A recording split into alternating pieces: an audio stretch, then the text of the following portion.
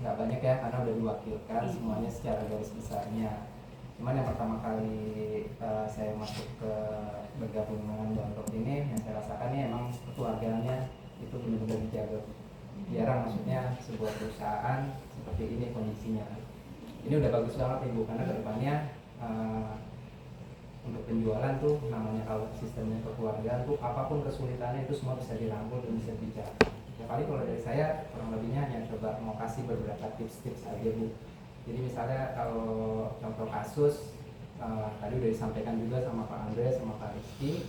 Nah mungkin kalau dari saya mungkin dari terutama untuk Bu Rini atau tim promosi ke depannya pernah melakukan buyer get buyer program.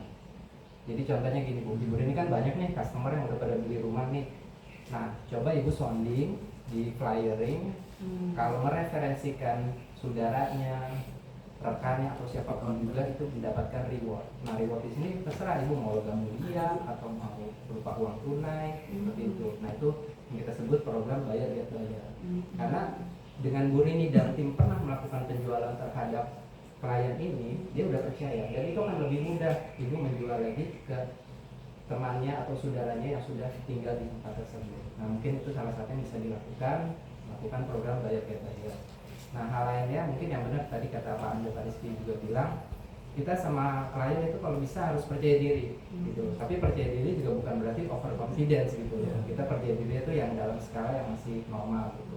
Jadi intinya benar Pak Andi bilang 10 bahkan 20% itu untuk produk rumahnya, tapi memang sisanya adalah ya kita kenali, know your customer gitu.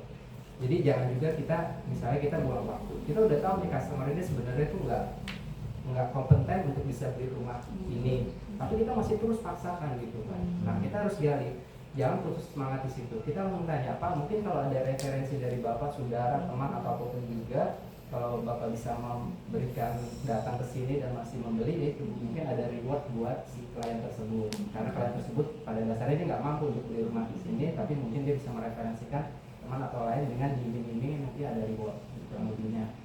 Nah, terus yang lainnya itu ya mungkin kayak apa ya, after salesnya juga kita kalau sudah habis melakukan penjualan kalau bisa tetap di brief Bu. Di brief itu bukan berarti kita punya produk rumah Somerset, Signature atau apapun juga, tapi lebih kayak ke artikel.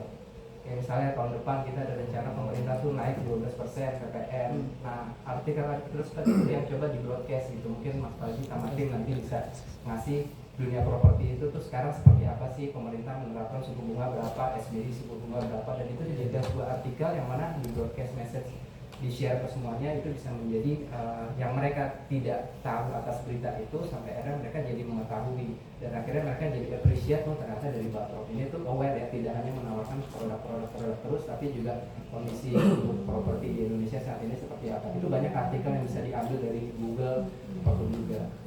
Terus yang hal lainnya paling kayak apa lagi ya, kalau handling objection Bu, misalnya kayak kemarin saya contoh kasus deh, customernya Mbak Dewi itu istrinya tuh tipikal orang yang mau segala sesuatu itu didapatkan 100%. Saya ambil contoh, kalau saya beli rumah di Signature, saya minta keamanan 100%. Ya jujur saya bingung ditanya 100% karena 100% itu hanya milik yang di atas gitu kan. Saya bilang Bu, saya bisa garansi itu 99%, tapi untuk 1% itu saya nggak akan mau garansi karena itu buat nge-backup saya pada saat nanti kalau dia komplain ya saya punya atas 1% tersebut gitu. Dia tuh modelnya kayak begini, saya mau rumah saya aman, bagaimana caranya rumah saya aman? Ya mungkin Mbak Dewi juga udah cerita 6-7 kali dia datang, saya bilang kendalanya apa ya, orang sampai 5-6 kali kok masih aja gitu penasaran. Ya rupanya itu dari karakter suami dan istrinya ini adalah karakter dua yang berbeda gitu. Si suaminya yang pada dasarnya easy going Ibu, ya udah ambil aja urusan nanti gitu. Tapi istrinya adalah tipikal yang wah nggak bisa gitu, kita harus ada 100% keyakinan dulu. Ambil contoh deh, dia minta rumah saya di Signature ini aman, apa yang bisa Bali Tropika lakukan lah kasarnya seperti itu. Yes, akhirnya kita bilang, kita saling sharing, ya nanti ada security yang menjaga. Lalu kita buat pintu gerbangnya lebih bagus, ada CCTV juga. Lalu apalagi? Dia tanya itu semuanya kan. Ya saya bilang nanti rumahnya pakein aja Bu CCTV tambahan. Apalagi rumahnya digembok Bu, apalagi rumahnya dikasih teralis, apalagi. Capek juga kan saya jawabnya kan, sampai akhirnya saya bilang ya udah Bu kalau perlu CCTV kan mahal, beli aja yang dummy. 10 biji pasangin semuanya. Terus apalagi gitu kayak begitu. Wah, saya jujur 14 tahun saya di Bintaro Jaya, saya baru ini ya, baru ini kayak gini. Tapi saya bisa jelaskan kenapa. Karena karakter orang, mohon maaf ya semuanya, karakter orang beli di bawah 2 miliar memang seperti itu, bu. Karakter harus memang seperti itu, karena itu mohon maaf, mungkin itu uang dia satu-satunya. Beda kalau karakter orang 4-5 miliar itu udah sebagai bentuk investasi, mau aman mau enggak, yang penting orang banyak beli dan saya untung. Nah tapi kalau orang punya uang segitu ya memang untuk tinggal, untuk keamanan semua. Nah pada balik lagi, saya ditanya lagi, lalu apa lagi? Saya suruh nanti bapak dan ibu masuk grup atas RT dan RW di kawasan tersebut. Nanti bapak lapor sama RT sama RW-nya bahwa mau dibaru. Terus kalau saya lagi di Bandung, tiba-tiba ada maling di depan rumah saya, security-nya mau maaf saya lagi tidur katanya. Ya itu tinggal share di grup, saya bilang rumah saya di depan ada maling. Itu grup semua pada datang. Terus apa lagi? Astagfirullahaladzim. Apa lagi? Ini saya baru ngalamin nih di Bangkok. Sampai saya bilang, iya. Akhirnya saya bilang, seperti itu takutnya. Iya, terakhir saya bilang, Bu tolong pasang di kaca areal ini diawasi oleh CCTV 24 jam. Itu pun masih nanya apa lagi. Sampai terakhir saya bilang, Bu ini terakhir ya Bu ya. Karena saya nggak akan mau jawab lagi. Tolong itu tuliskan nanti awas di belakang ada kandang macan. Saya bilang begitu, kandang macan bukan kandang macan lagi Bu. Iya. Nah intinya sih maksud dari obrolan ini adalah kita pasti akan nemuin banyak banget ragam karakter customer. Nah tinggal gimana pada akhirnya kita bisa mengenalkan. betul, karena karakter orang seperti itu kita tuh nggak boleh terlalu fokus, nggak boleh terlalu apa ya maksudnya ngambil dengan serius gitu. Justru ada sesekali kita bercanda-bercandain, kurang lebih kayak gitu sih. Nah paling kalau tips-tips lainnya ya kalau kita punya database gitu, kayak tadi Pak Rizky bilang, data itu dari 10 data itu coba jangan ditawarkan terus Pak kapan mau datang Pak ini harga lagi promo atau apapun, ya coba kita share artikel tadi Bu sama Ibu coba berprogram Pak kalau mau referensikan klien kita ada program nih untuk customer nih lumayan Pak logam mulia sebesar 5 gram misalnya kayak gitu.